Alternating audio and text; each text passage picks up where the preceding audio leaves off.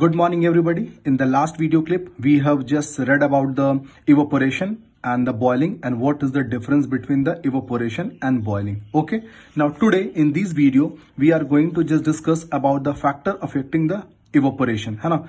So this is one of the very easy and what we can say interesting topic because these type of activities generally you have just done in your home also or you have seen in your day-to-day life. Okay, so these are the very easy thing, you can just understand it very easily, है ना. तो factors affecting the evaporation or the rate of evaporation, ठीक है. तो in the last video we have just discussed that actually the evaporation is going to take place at any temperature. It may be 20 degree, 25 degree, 70 degree or whatever the temperature is that. तो कोई भी temperature हो तो उस temperature में आपको evaporation बिल्कुल होता है, ठीक है. और it may be the different seasons also. You might have seen in the summer season also, winter season also, rainy season also. कोई भी seasons हो तो आप देखो कि उस केस में evaporation होता है, क्योंकि आप किसी भी सीजन्स में अगर आप क्लोथ को वॉश करते हो तो वो ड्राइड तो होता है, तो why it get dried up due to evaporation only. तो देखो कोई भी सीजन हो आराम से वो चीज क्लोथ जो होता है वेट क्लोथ वो ड्राइड हो सकता है, ठीक है. तो evaporation generally takes place at every temperature. But one thing you might have noticed कि generally in the summer season if you are going to put a wet cloth outside in the direct under the sun ray, you see that hardly in the half an hour और 1 hour the cloth is going to be dried up fast, है ना.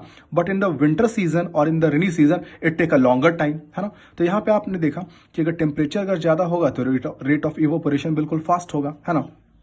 And one more thing, if any season is there, कोई भी season हो, either it may be summer, winter or any season is there, you see that generally the day time is much more hotter than compared to the night time. आप ये देखो यहाँ पे मैंने यहाँ पे एक एक्टिविटी का एक डायग्राम बना के रखा है, आप देख सकते हो. Generally in the any season, in the day time sun is there and due to the sun the temperature is high, but in the night time temperature is low. So suppose if you are going to put a cloth, so you'll see that in the daytime it is going to just dry up fast as compared to the night time. Why?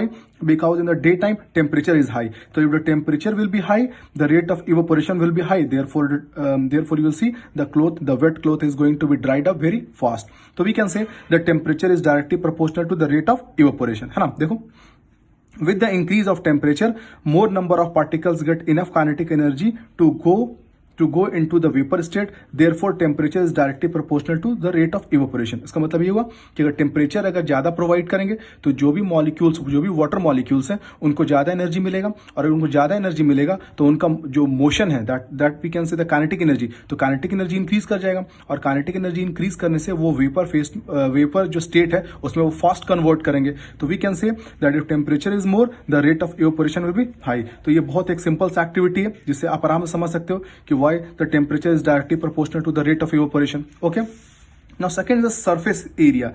So this topic we have just discussed that what we can say that surface phenomena. Yes, we know that actually evaporation is a surface phenomena. Surface phenomena मतलब क्या कि अगर ज्यादा surface अगर आपको मिलेगा तो उसमें rate of evaporation fast होगा, है ना. जैसे I am just telling you a very simple example is that suppose this is a cloth and suppose this is a wet cloth, and if I will just put this wet cloth, अगर मैं इस wet cloth को अगर मैं ऐसे करके रख देता हूं तो it will take a longer time to get dried up. तो ये जो वेट क्लोथ है इसको बहुत ज्यादा टाइम लगेगा इसको ड्राई होने में. क्यों? क्योंकि आप देखो इसका जो सरफेस एरिया है ये बहुत ही कम है. अगर कोई भी एक वेट क्लोथ को आप बिल्कुल वैसे मोड़ करके रख दोगे तो इसको बहुत ज्यादा टाइम लगेगा ड्राइड अप होने के लिए, ठीक है. लेकिन अगर आप इसको ऐसे खोल करके आप ऐसे करके इसको एक वायर में इसको ऐसे हैंग करके रख देते हो तो you will see that is going to be dried up fast. Why? Because you'll see the surface area, this side also and this side also, both the side. These two surface area are going to be exposed with the environment. तो अगर इतना ज्यादा surface area अगर nature के साथ expose है तो इसका रेट ऑफ इवेपोरेशन फास्ट होगा, है ना. तो what we can say the surface area is directly proportional to the rate of evaporation. Okay, you can see the diagram also drawn. देखो यहाँ पे जो वेट क्लोथ है मैंने उसको ऐसे मोड़ करके रखा है, तो इसमें जो इवेपोरेशन का रेट है वो स्लो है, और इसको अगर मैं एक वायर पे से हैंग करके रखा हूं तो ये फास्ट है. तो we can say the surface area is directly proportional to the rate of evaporation, है ना. देखो, we know that evaporation is a surface phenomena. Already I've told you, if surface area will be more, then the evaporation will be more. Therefore surface area is directly proportional to the rate of evaporation. जैसे मैंने discuss किया आपको, ठीक है. Next point, wind speed. So wind speed is also a very important factor that upon which the rate of evaporation is going to be depend.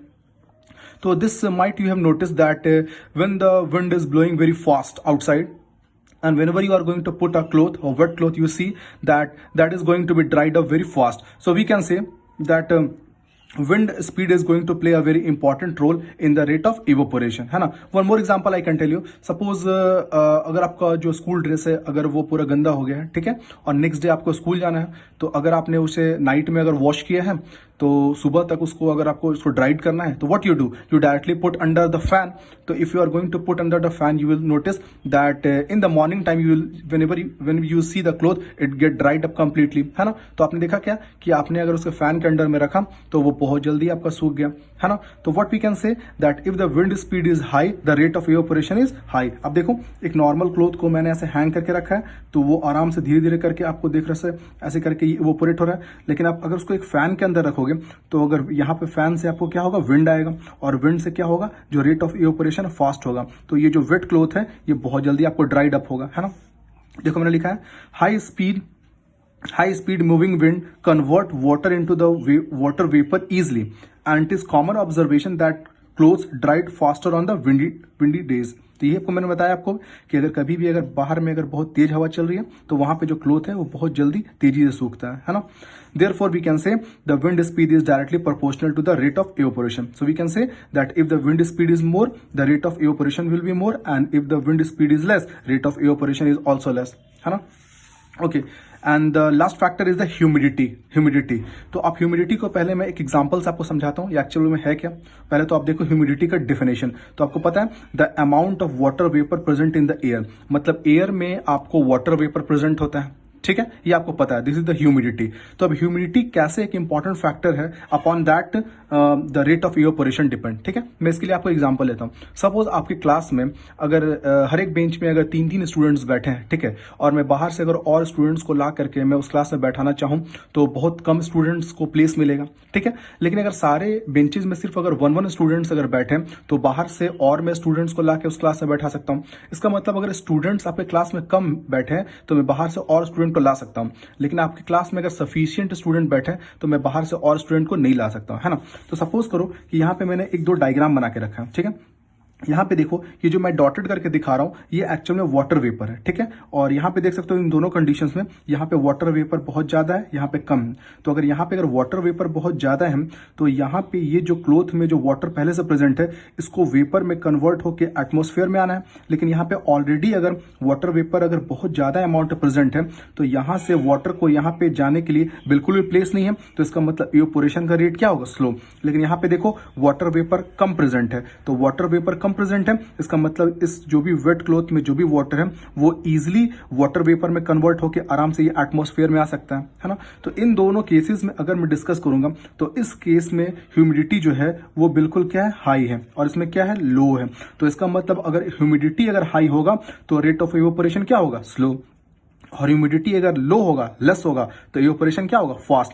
तो humidity के साथ वो कैसे रिलेट कर रहा है, इनवर्सली. क्योंकि अगर ये हाई है तो ये स्लो, यानी कि ये ज्यादा है तो ये कम, और अगर ह्यूमिडिटी कम है तो ये फास्ट. तो इसका मतलब ह्यूमिडिटी के साथ रेट ऑफ इवेपोरेशन कैसे रिलेटेड है, इनवर्सली प्रोपोर्शनल है, ठीक है.